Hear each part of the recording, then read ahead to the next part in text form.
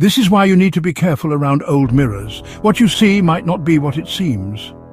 Here's Emily's terrifying encounter. Emily just moved into a vintage apartment, quaint, charming, yet unsettling because of one thing, an antique mirror. One night, as she prepared for bed, she noticed something odd.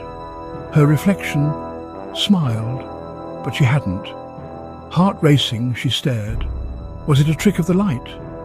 She rubbed her eyes, took a deep breath, and looked again.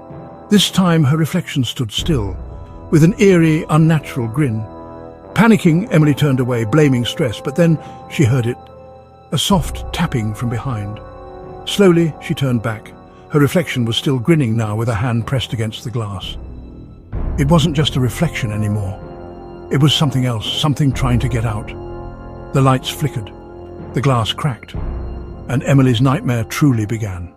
Why do 80% of horror stories start with a storm? Because it sets the perfect scene for a tale like this. It was a stormy night, the wind howling like an injured animal, rain tapping against the windows. Lily sat alone in her remote cabin, deep in the woods, miles from any neighbor. She loved the solitude, but tonight felt different.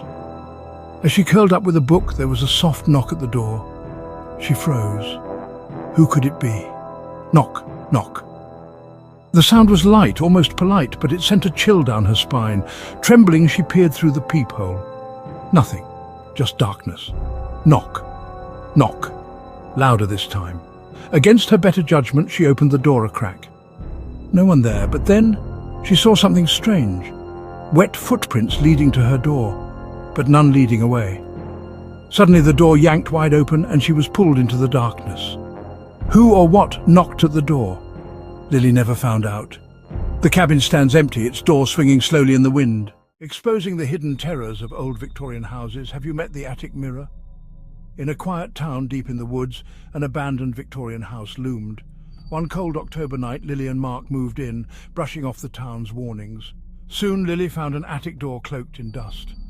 Inside was a dimly lit space filled with forgotten relics, and in a shadowy corner, an enormous, ornate mirror. Lily wiped the glass and saw a faint shadow flicker behind her reflection. She spun around, but the attic was empty. Days passed. Strange things began. Lily's reflection lingered too long, her fears dismissed by Mark. Until one night her reflection grinned, a sinister smile she wasn't making.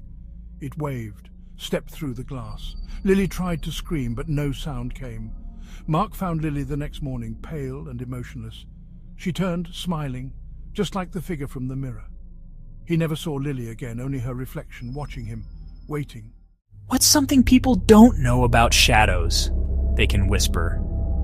The room was dark, and the only sound was the soft ticking of the old clock on her wall.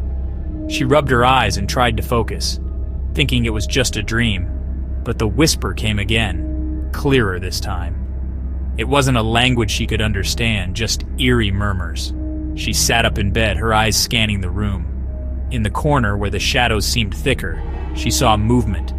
Her heart pounded as a shape slowly emerged, a figure dark and twisted, barely distinguishable from the gloom. It whispered again, louder now, its voice rasping and uneven like wind through dead leaves. Frozen with fear, Sarah reached for her bedside lamp, her fingers trembling. She switched it on, and the light flooded the room.